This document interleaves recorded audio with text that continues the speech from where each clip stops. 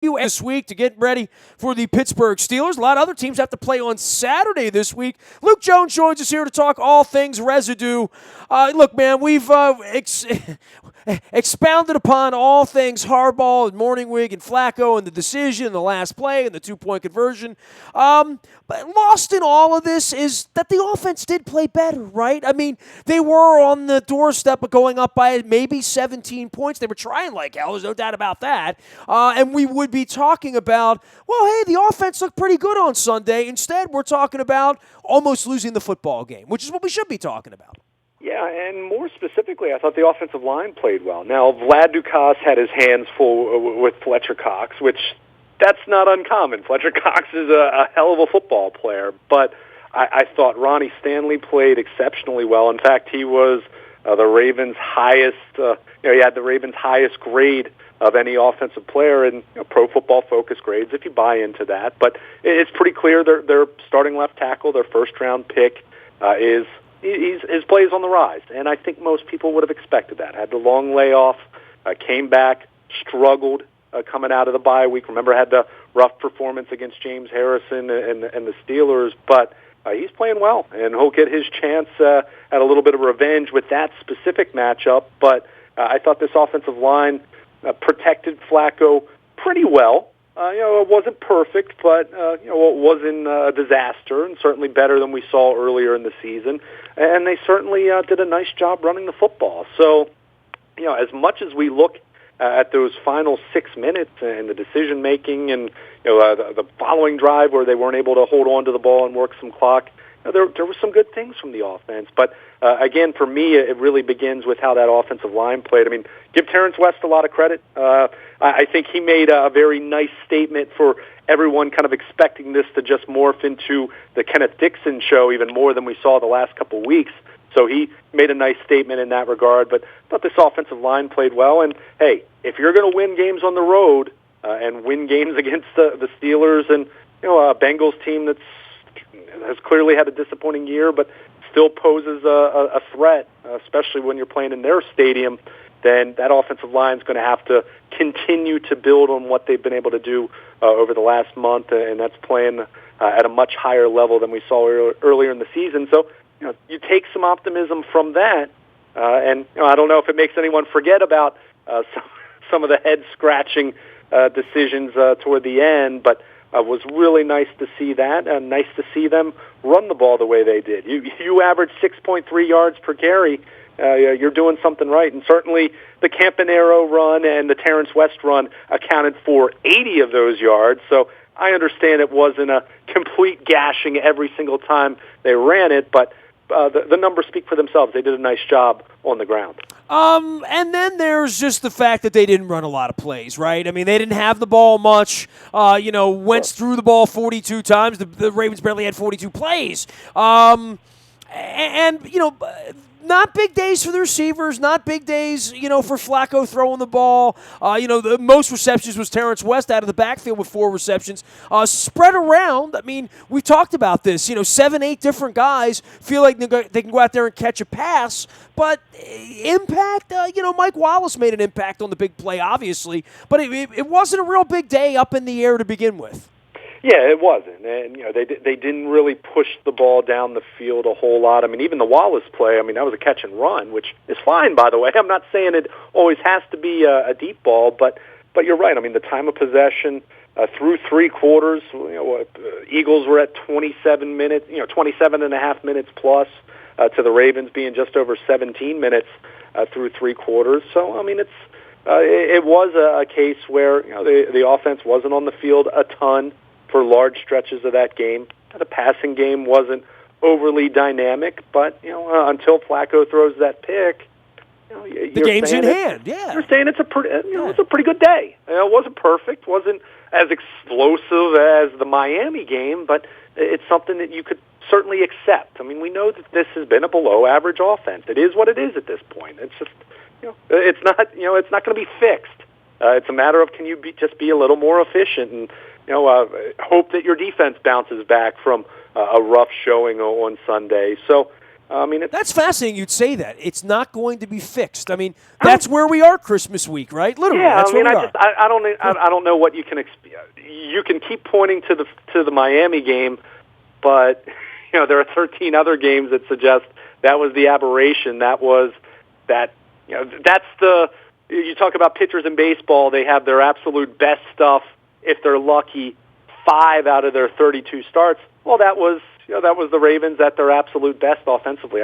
I'm just maybe we'll see that in one of their final 2 games. Maybe they'll get on a roll and play at a higher level. But that's more wishing than expecting at this point, based on what we've seen from this offense. So I mean, it's just it's to me, it's very clear. This team needs to have more balance. They've tried to throw and throw and throw and throw. That's not their style. Joe Flacco's never played at his best in that kind of an offense. I mean, he might want it that way, but I think 9 years worth of games show that they have to have an effective running game. And that's not to say that he only throws 18 times. I'm not saying that at all. But there has to be a little more rhyme or reason to it. And that's what made the end of that game, that at the 6-minute mark, so frustrating, because they had run the ball so effectively. And that's something you can do to counter when the opposition has such a big advantage in time of possession. I mean, it's just, it's something that they've talked a lot about, but they just, they haven't really done it throughout the year, and it's just, it's been very, very frustrating to watch that for most of the season. Luke, we talked so much about the receivers and where it's going to come from, and Steve Smith. It was not lost on me during the national anthem and when Terrell Suggs came out and did his little dance and Steve Smith came out that this is the last home game, right? I mean, unless they do something that we both have said, double down, win 2 games as underdogs on the road in Pittsburgh. Maybe they wouldn't be an underdog in Cincinnati, but to win both of these games so that they could play another home game with Terrell Suggs, with Steve Smith, some other guys. What's going to change about this thing here? As we look, I looked around the locker room and thought, hey, maybe, next time I walk in here, a lot of these guys won't be here unless they do play a playoff game in a couple of weeks, and they are a long shot to do that. As much as it feels doable, Vegas would bet against that happening, right? That Terrell Suggs is going to walk out of that tunnel again this year. Yeah, I mean, it's as you said, it's possible. We're not talking 1 in 100 or 1 in a million or anything crazy, silly like that. I mean, they're 2 in a row on the road in the division around the holidays against decent teams. This is tough. Yeah, and at some point, as much as we've talked about the Ravens having the success that they've had against Pittsburgh, and they've won 4 straight against Pittsburgh. Going back to earlier this year, and of course 2 games last year where they had the improbable regular season sweep, despite the Ravens being as bad and beaten up as they were last season, and they won the playoff game. But at some point you can point to those 4 in a row, and what do you say? Well, law of averages, and at some point Pittsburgh's due to break through the glass ceiling, I guess, against the Ravens. But I mean, it's just it is going to be really interesting. As much as we're not going to. We'll do the post-mortem whenever that happens, whether it's after Week 17 or, I guess if you look at it, the Ravens could pretty much, they could be eliminated with, I guess, Miami with a win on Saturday and the Ravens losing Sunday. That would be all she wrote for their playoff hopes then. But you do wonder what this team's going to look like next year with some of those veteran guys that you mentioned. I mean, Steve Smith, we think, is retiring. He's told John Harbaugh that this is it. He's never formally announced this as his last year, but that's the assumption. And then you wonder about guys like, Elvis Dumerville's got a high cap number next year. Had the strip sack on Sunday, but are you confident that he's going to be a guy that justifies that number? I mean, what do you do with Dennis Pitta, who's going to have a high cap figure next year? And aside from the Miami game, hasn't had has a lot of catches, but hasn't made a huge impact as the number 1 tight end. What do you do with that position? What do you do with Ladarius Webb, who's got a high cap figure next year? I mean, you got some veteran guys that you're going to have to make a decision on. I think Terrell Suggs has played at a high enough level where you bring him back, but where does he stand if the Ravens miss the playoffs? And is he going to come back for what would it be, year number 14, year 15? So I mean, it's just it is very interesting when you have a team that's depending on as many veterans as they are, and that's not to say that they blow it up after this off season, but I think they do have to make some tough decisions, and they do need to get younger. And we've talked about needing another pass rusher and things of that nature. What do you do at receiver if Steve Smith does indeed retire? And you have Mike Wallace that you can bring back for that second year, which was essentially a team option the way that was structured. But have you seen enough from Bashad Perriman to sign off on him as a starter? By the way, we talk about that. I mean, and Kamar Aiken getting involved as well. I mean, Steve Smith looking, if that's his last home game of his career, he still looks like Steve Smith and still made an unbelievable play. Meanwhile, right after looking like he hurt his shoulder. I mean, that was the Willis Reed moment, he said, right? It was amazing, and I can't take credit for this. I saw a couple people note this on Twitter. I can't recall who off the top of my head, but that touchdown that Flacco threw, that was a Torrey Smith play in Pittsburgh. In 2011, the pump fake and then the throw down the right sideline, almost exactly like that. So it's just there's a lot of interesting decisions to be made with personnel and with coaching, quite frankly. And I'm not even going there with John Harbaugh specifically, but I think Marty Morningwig, to me, the writing's on the wall at this point. I mean, when John Harbaugh says it's the worst play call ever, whether he should have vetoed that or not, that's not a ringing endorsement for Morningwig returning as the offensive coordinator. So, I think there are a lot of tough decisions that need to be made in terms of coaching and in terms of personnel with players.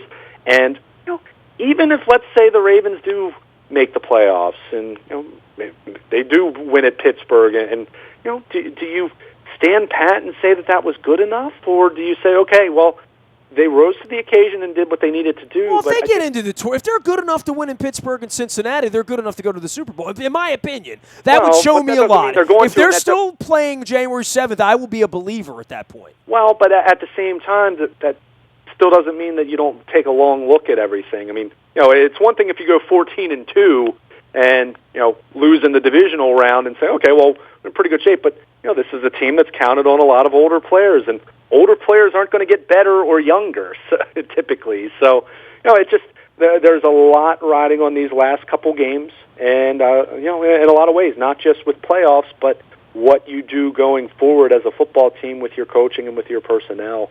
And it should be that way when you're talking about a team that's 8-6. 8-6 is okay.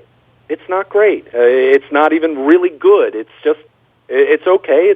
It's slightly above average if we're going to use 8-8 as being average. So we'll see how this plays out. But either way, I think they have a lot of decisions to be made this off season. It'll be really interesting to see how it plays out. But before we get to that, two big games here, and in the process, if they do lose on Sunday, depending on what else happens, I'll be a lot of scoreboard watching here over the last couple of weeks because the wild card is still in play because of the Denver Broncos specifically falling to New England in their home stadium on Sunday evening. Well, yeah, and I was going to say, they always get this right? I mean, not only is our game a huge game, it's Christmas Day, all the games around all of this, whether if it involves Houston, if it involves Tennessee, if it involves Detroit, Green Bay, Tampa Bay, I mean, all of them have a dog in the hunt right now, not to mention what Oakland and New England fighting over the number 1 seed, who's going to get there.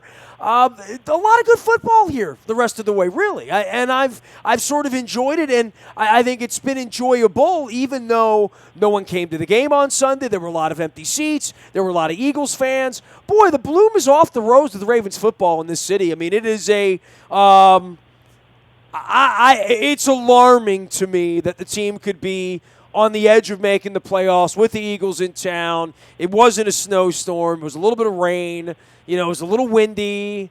It got a little unpleasant, but it certainly wasn't an unpleasant tailgate because I tailgated.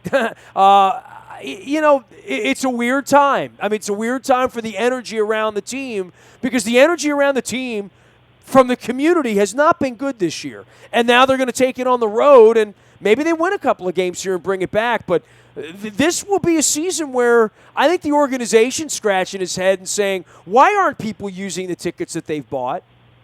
Yeah, and it kind of paints the Orioles situation in a little bit different light. I mean, and look, we talked about all those variables as well, but now on the heels of talking about all the reasons why people weren't going to Orioles games when they were a playoff team and were playing big games in September, and now the same thing essentially happens with the Ravens. Now, tickets sold versus tickets used, and look, I know it's not the same exact thing, but there's a very concerning theme here that there's just not a lot of thirst right now as far as going to games. Now, watching games on TV for both teams. People are still bitching on Twitter now. Yeah, I mean people are watching it. And people were watching Orioles games on TV, but people weren't in these stadiums. And you can talk about different reasons for both, but to me, it's a very surprising. And as you said, I mean, it wasn't great weather, but look, the tickets were sold. I mean, that's my point. 3 degrees like it was, I think, in Kansas City at kickoff, or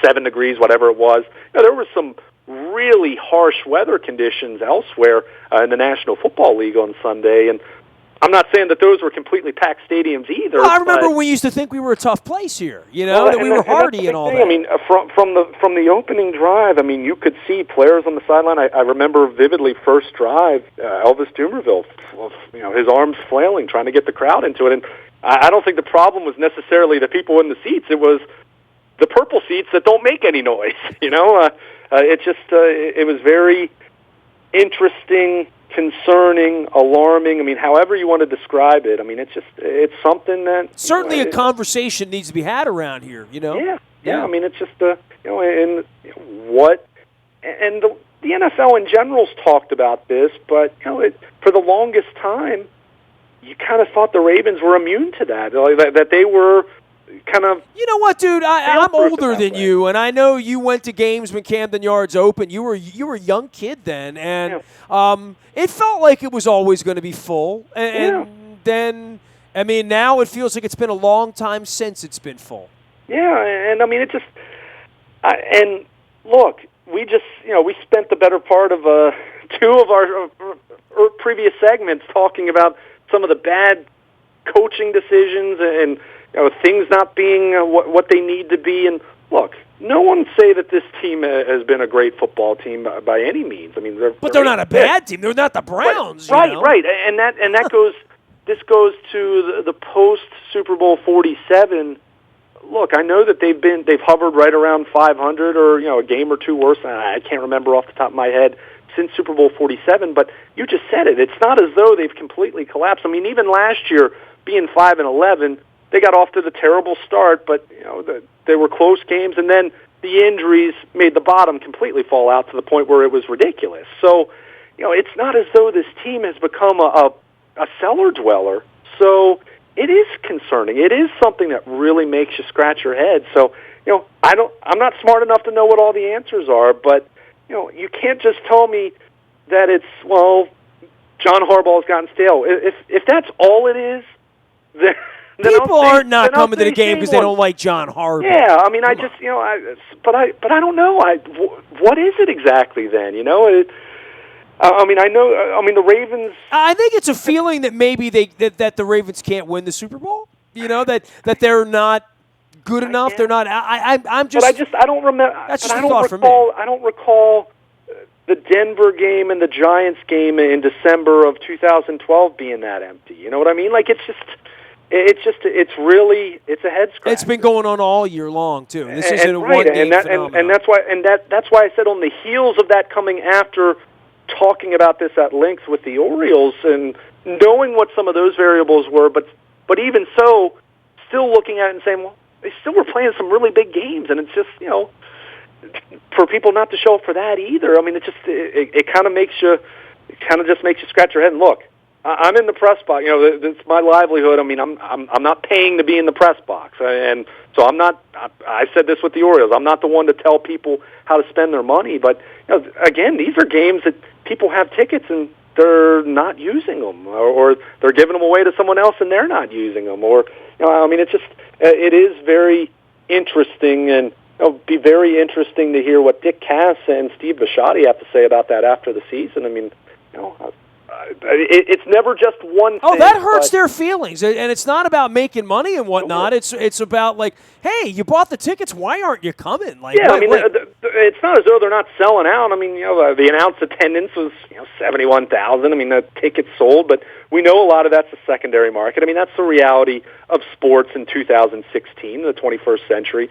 But it's this isn't Kyle Bowler playing out the string on Monday night against the Packers 10 years ago, right? And this isn't the Browns. This isn't some team that's this isn't the Jacksonville Jaguars who are firing their coach after 15 games or after 14 games. So it's just really surprising to see that. And look, I get it that the Eagles had really fallen off, but between plenty of Eagles knowing fans that there were Eagles fans who still made the trip. I mean, I had a couple of friends of my own who were there that were Eagles fans. But between I had an a-hole behind me in Section 513. I'm not gonna lie. But even with that factor, I don't mean an Eagle fan. I mean an Eagle fan who was an a-hole. But maybe that's redundant. I don't know. It's like a large shrimp or something. I don't know. Yeah. So just all the way around, just it's a head scratcher. It really is. And again, I don't know the exact answer, but it just was weird to see. And I mean, the Ravens still, there's wild card scenarios that still exist. I mean, it looks like winning out is, that's the path of least resistance, obviously. But they have a chance, even if they don't win at Pittsburgh. I guess you have to. I'll have to qualify that by saying all depends what happens with the Dolphins, because Dolphins win, Ravens lose on Sunday.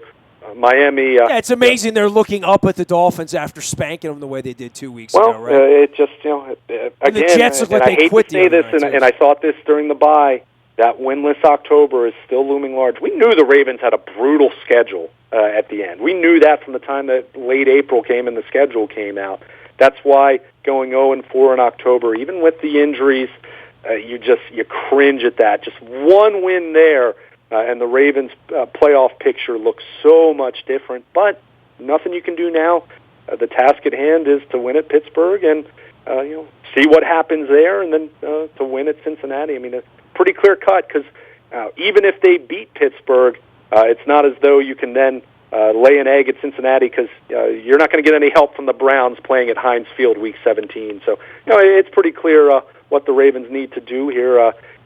They pretty much need to win out or lose against Pittsburgh, win at Cincinnati, and hope you get enough help from some of these other teams. And the one thing the Ravens have going for them, 7-3 in the conference, so they have the head-to-head tiebreaker with Miami, who's a game ahead of them right now, but better conference record than Tennessee and Denver, who are both 8-6. So their wild card picture isn't dead, but it's pretty clear you're counting on some pretty substantial help there if you're not going to win these final two games and still hope to try to get in the playoffs. Yeah, one 2-point conversion away from elimination on Sunday, one 2-point conversion from being swept by the NFC East as well. So rough week here getting into Christmas. We'll be talking about it all week long. Luke will be on the backfields out in Owings Mills. We got Mike Wallace swabbing for the Bone Marrow Registry next Tuesday at Adams Jeep on the 27th. We'll be telling you more about all that stuff up on our website as well. Anything you miss, you can find in the bio Toyota Audio Vault 24 hours a day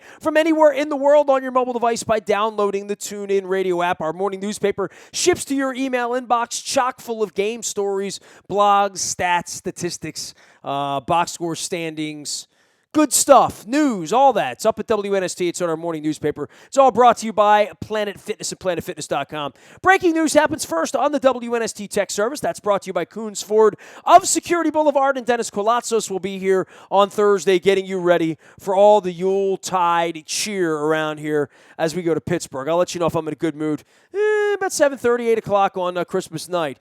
Nasty at WNST.net reaches me. Facebook, Twitter, LinkedIn, Snapchat, Instagram, streaming live on our Facebook Live as well as our YouTube WNSTV channel. We are WNST.net, AM 1570, and WNST Towson, Baltimore, and we never stop talking Baltimore sports.